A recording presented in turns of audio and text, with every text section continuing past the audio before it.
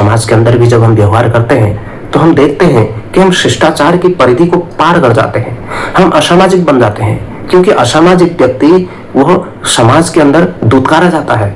अगर वो समाज के अंदर किसी भी स्थान पर अशिष्ट वातावरण कर रहा है, अपने माता पिता के समान बुजुर्ग लोगों को भी गाली गलौज, अशिष्ट आचरण कर रहा है और उसके अंदर उस प्रकार की पराकाष्ठाएं पार हो रही, गाली गलौज, अनाप शनाप बक रहा है और उसको समाज की परवाह नहीं है, उसको अपने माता पिता की परवाह नहीं, अपने अड़ोस पड़ोस, अपने नाते रिश्तेदार की परवाह नहीं है और वह अनाप शनाप बोले जा रहा है। और ऐसे अनेक लोग देखते हैं हम लोग समाज के अंदर। इस प्रकार की जो कुरीति है, इस प्रकार की जो व्याप्त बुराई है, वो हमारे अंदर ऐसे घर कर गई है जिसके कारण से हमारा जो चिंतन है वो बहुत छोटा हो गया है। इसलिए हमें ध्यान देना होगा कि हम समाज के अंदर किस स्थान पर खड़े हैं, कहां पर खड़े हैं, किसको क्या बोलना, किस प्रकार की मर्यादाएं पालन करनी, हम क्या अपने मुंह से उच्चारण कर रहे हैं, क्या हम बातों बातों में बोल जा रहे हैं, हम किस पारिवारिक माहौल में रहते हैं, हमारे समाज का परिवेश क्या है, हमको समाज किन चीजों को स्वीकार करता है, किन चीजों को नहीं करता है। क्योंकि समाज के अंदर अनेक लोग ऐसे भी देखे जाते हैं जो आजकल सोशल मीडिया का दौर चल रहा है, आजकल बहुत सारी चीजें हैं, वो ऐसे ऐसे रील बनाते हैं, उन रीलों के अंदर इतनी अशिष्ट वार्तालाप होती है, इस प्रकार के जो शिष्टाचार तोड़ के, सारी मर्यादाएं तोड़ के, अपने अंदर का जितना ओछापन है, जितनी गंदगी है उसको उड़ेलते हैं बाहर और समाज में फैलाते हैं। न उनको माता पिता का डर है, न उनको अपने समाज का डर है, न किसी चीज का डर है। और कुछ लोग उनको बचाने के लिए भी आ जाते हैं और कहते हैं कि आप, और ये कर कौन रहा है, जो छोटे छोटे बच्चे हैं, उन बच्चों को के अंदर भी उस प्रकार का भाव आ रहा है। तो ये कहीं ना कहीं हमारे परिवार के अंदर हम लोग आपस में एक दूसरे के साथ सही से बात नहीं कर रहे हैं। हमारी बातचीत का क्रम, हमारे परिवार का अनुशासन कहीं ना कहीं भंग हो रहा है। इसलिए हमारे परिवार से ही हमारे संस्कारों की पाठशाला शुरू होती है। हमारी बातचीत समाज के अंदर, हमारे परिवार के अंदर एक आदर्श व्यक्ति पैदा होना चाहिए। कोई गाली गलौज वाला व्यक्ति पैदा नहीं होना चाहिए, कोई अशिष्ट या शिष्टाचार से विरुद्ध आचरण करने वाला, कुछ संस्कारों को लांघने वाला ऐसा व्यक्तित्व हमारे घर से पैदा नहीं होना चाहिए। हमारे घर से आदर्श और श्रेष्ठ व्यक्तित्व का जन्म होना चाहिए। इसलिए ध्यान रखें कि हमारे परिवार के अंदर कहीं ना कहीं कोई हमसे, हमारे लालना पालना में, हमारी परवरिश में कहीं कोई कमी तो नहीं रह गई है। भले ही हम धन कम कमा लें, भले ही हम भौतिकवाद से थोड़ा कम रह लें, लेकिन हमारे अंदर हमारा जो संस्कार है वो एक आदर्श हो।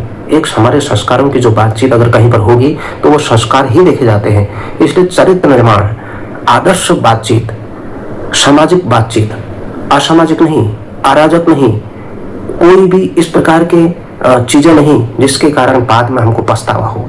इसलिए ध्यान रखें कि हम शिष्टाचार की अपेक्षा ऐसे लोगों से करना भी कठिन हो जाता है।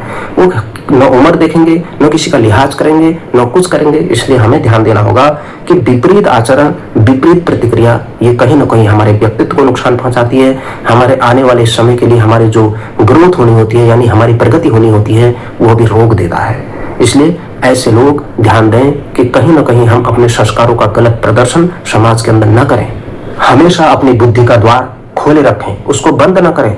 ज्ञान की कोई ऐसी सीढ़ी नहीं होती, ज्ञान की ऐसी कोई सीमा नहीं होती, ज्ञान की यात्रा कभी समाप्त नहीं होती है, वो जीवन पर्यंत चलती है और सतत चलती है। जितना हम उसको सीखेंगे, जितना हम उसको जानेंगे, जितना अधिक हम अनुभव प्राप्त करेंगे, जितने प्रकार का शिष्टाचार हम प्राप्त करेंगे, उतना ही हमारे व्यक्तित्व के लिए वो औषधि का काम करता है, दवाई का काम करता है और वह संपूर्ण जीवन भर हमको, हमारे संस्कारों को हमारे स्वच्छ बनाए रखता है, स्वस्थ बनाए रखता है। इसलिए हमारा प्रभाव वह भले ही वर्तमान पर भी पड़ता है, हमारे भविष्य पर भी पड़ता है और हमारा सब कुछ उससे नष्ट हो जाता है। इसलिए हमारा संस्कार, हमारी विनम्रता, हमारी व्यवहार कुशलता, हमारा आदर्श, हमारे जो आत्म संयम है, हमारा संबंध है, हमारे विद्यालय में, हमारे समाज में, हमारे कार्यालय में, हमारे जीवन के विविध क्षेत्रों में, जहां जहां पर भी हम जाते हैं, इस प्रकार का कुप्रभाव पड़ जाता है अगर हम संस्कारों से विपरीत आचरण करने लग जाएंगे। तो इसलिए नियम और अनुशासन हमारे जीवन के अंदर सर्वोच्च प्राथमिकता में होनी चाहिए। हमारा जो संबंध है हमारे समाज के अंदर प्रत्येक क्षेत्र में